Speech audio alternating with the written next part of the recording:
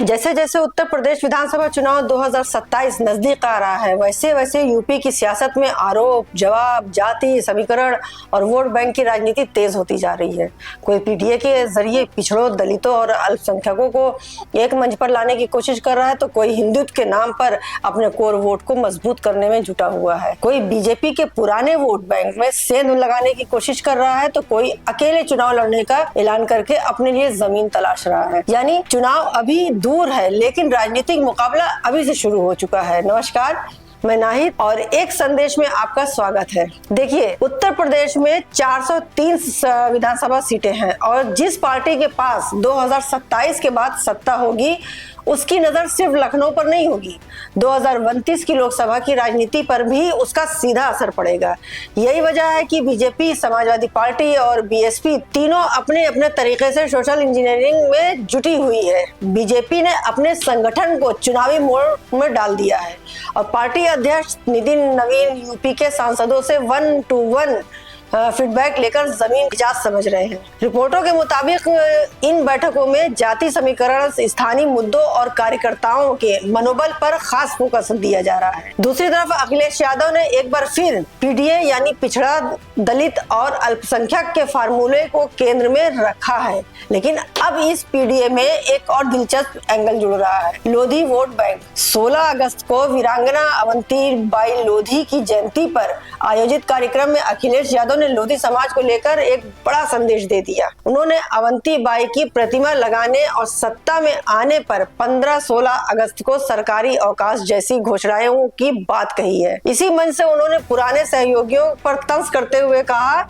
हम लोगों ने चवन्नी का रुपया न बना दिया, फिर भी हमें छोड़कर चले गए। इसे जयंत चौधरी और आरएलडी ने एनडीए में जाने से जोड़कर देखा जा रहा है। अब सवाल ये है कि अखिलेश सिर्फ भाषण दे रहे हैं या बीजेपी के पुराने सामाजिक आधार पे सच में सेंध लगाने की तैयारी कर रहे हैं। लोधी समाज को यूपी के राजनीतिक समीकरण के महत्वपूर्ण ओबीसी समूह माना जाता है। कल्याण सिंह जैसी बड़ी राजनीतिक शख्सियत ने इस समुदाय को बीजेपी की राजनीति से मजबूती से जोड़ा था। इसलिए अखिलेश का लोधी समाज के बीच जाना महज श्रद्धांजलि कार्यक्रम नहीं, वोट की नई गणित तैयार करने की कोशिश भी माना जा सकता है। लेकिन बीजेपी भी चुप बैठी नहीं है। उसके सामने सबसे बड़ा सवाल है कि क्या 2024 लोकसभा के बाद बदले सामाजिक समीकरणों को 2027 में फिर से अपने पक्ष में किया जा सकता है। यही वजह है कि बीजेपी संगठन स्तर पर फीडबैक, उम्मीदवारों और बूथ मैनेजमेंट पर काम कर रही है। और फिर आते हैं बहुजन समाज पार्टी पर। मायावती लगातार अपनी अलग अलग राजनीतिक जमीन तलाश रही है। बीजेपी और एसपी दोनों के बीच की लड़ाई में बीएसपी का वोट कितना बटेगा, कितना जुड़ेगा और किसके खिलाफ जाएगा, ये 2027 के चुनाव में बेहद महत्वपूर्ण हो सकता है।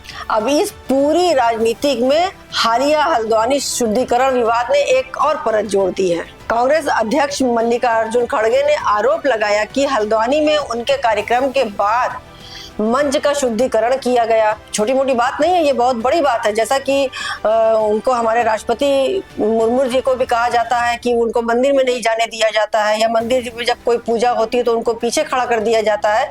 तो ये छोटी छोटी बातें जो है, आज का युवा हो, चाहे समाज, महिला हो या कोई युवक हो, सारी चीजें, छोटी छोटी चीजों को वॉच करता है, देखता है कि हमारी सरकार हम लोगों को किस नजर से देखती है, क्या हम लोग इतने अछूत हैं। उनके हल्द्वानी में जो कार्यक्रम हुआ, उनके कार्यक्रम के बाद मंच का शुद्धिकरण किया गया। उन्होंने इसे छुआछूत की मानसिकता से जोड़ दिया। मायावती ने भी घटना को निंदनीय बताते हुए कार्रवाई की मांग की, जबकि अखिलेश यादव ने बीजेपी पर हमला बोलते हुए कहा कि मंच का नहीं, मन का शुद्धिकरण होना चाहिए। दूसरी तरफ बीजेपी नेता जेपी नड्डा ने कहा कि बीजेपी ऐसी गतिविधियों का समर्थन नहीं करती है और मामले की जांच होनी चाहिए। अब यहाँ राजनीति का असली खेल देखिए, एक तरफ पीडीए, दूसरी तरफ हिंदुत्व और इनके बीच दलित, पिछड़ा, लोधी, मुस्लिम, गैर यादव, ओबीसी और दूसरे सामाजिक समूह जो हैं। यानी 2027 का चुनाव सिर्फ बीजेपी बनाम एसपी नहीं रहने वाला है। ये चुनाव शायद इस सवाल पर ज्यादा टिकेगा कि कौन सा दल कितने सामाजिक समूहों को एक साथ जोड़ पाता है। और इसी बीच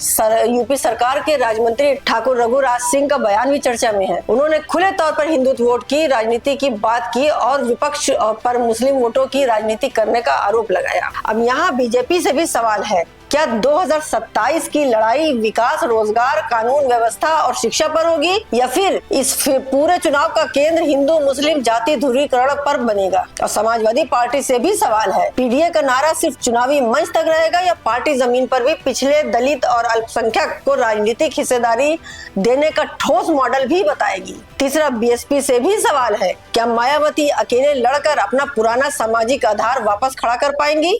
और बीजेपी से तो सबसे बड़ा सवाल, क्या कल्याण सिंह की विरासत, हिंदुत्व और संगठन के दम पर 2027 में वही सामाजिक समीकरण दोबारा बनाया जा सकता है? क्योंकि उत्तर प्रदेश की राजनीति में सिर्फ नारा जीतता नहीं है, नारा तभी वोट में बदलता है जब उसके पीछे सामाजिक गठबंधन होता है। 2027 का मुकाबला इसलिए दिलचस्प है क्योंकि हर पार्टी दूसरे के वोट बैंक में सेंध लगाने निकली है। वो ये नहीं बता रही है, चाहे वो पी हो या बीएसपी हो, वो ये नहीं बता रही कि उन्होंने क्या क्या किया है, सिर्फ एक दूसरे के सेंध लगाने के लिए निकली हुई है। अखिलेश बीजेपी के और ओबीसी आधार की तरफ देख रहे हैं।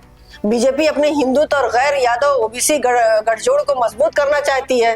मायावती अपना दलित आधार बचाने की कोशिश में है और कांग्रेस अपनी जगह तलाश रही है। तो इस चुनाव की असली लड़ाई शायद यही होगी, कौन किसका वोट काटेगा, कौन किसका वोट जोड़ेगा, और आखिर उत्तर प्रदेश का सामाजिक समीकरण किसके पक्ष में बैठेगा। क्योंकि चुनाव अभी आया नहीं है, लेकिन 2027 की राजनीतिक शतरंज की गोटियां चलनी अभी से शुरू हो चुकी हैं। एक संदेश, यूपी के बदलते पॉलिटिक्स, आने वाले चुनाव में कौन सी पार्टी क्या दांव मारती है, किसकी कितनी तैयारी हो चुकी है, क्या बीजेपी इस बार सत्ता बचा पाएगी, सब पे अपनी नजर बनाए हुए है। वीडियो पसंद आए तो चैनल को सब्सक्राइब कीजिएगा और इस वीडियो को ज्यादा से ज्यादा शेयर करिएगा, ताकि आने वाले चुनाव में काम को देखते हुए किसको अपना नेता चुनना है, ये आने वाली जनता खुद तय करे। उम्मीद करती हूँ कि आज का ये कार्यक्रम आपको पसंद आया होगा।